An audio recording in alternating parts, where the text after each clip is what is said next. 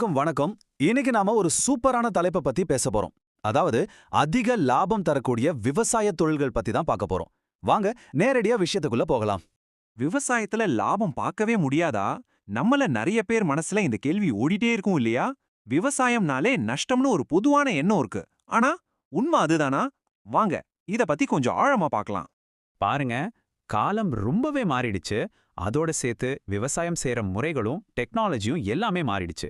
So விவசாயத்தை நாம பார்க்குற பார்வையும் மாறணும். ஆமாங்க.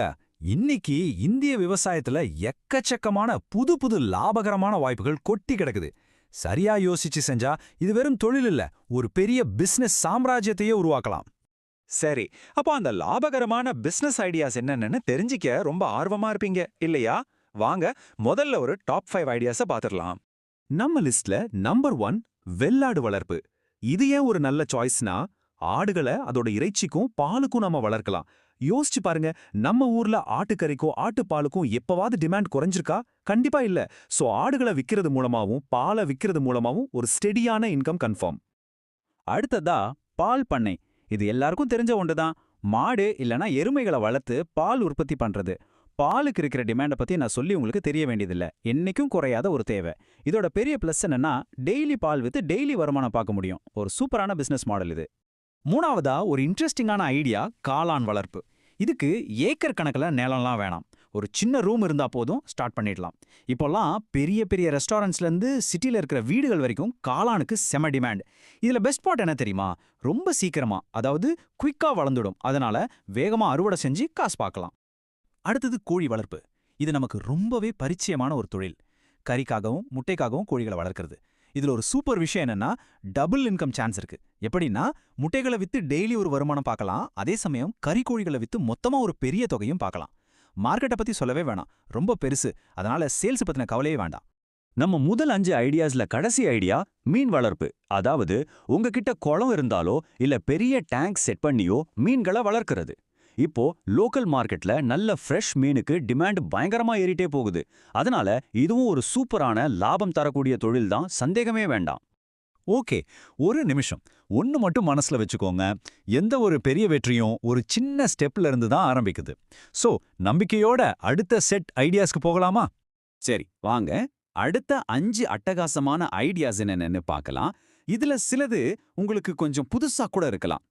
ஆறாவதா ஆர்கானிக் ஃபார்மிங், அதாவது இயற்கை விவசாயம். இப்போ மக்கள் ரொம்ப ஹெல்த் கான்ஷியஸ் ஆகிட்டாங்க.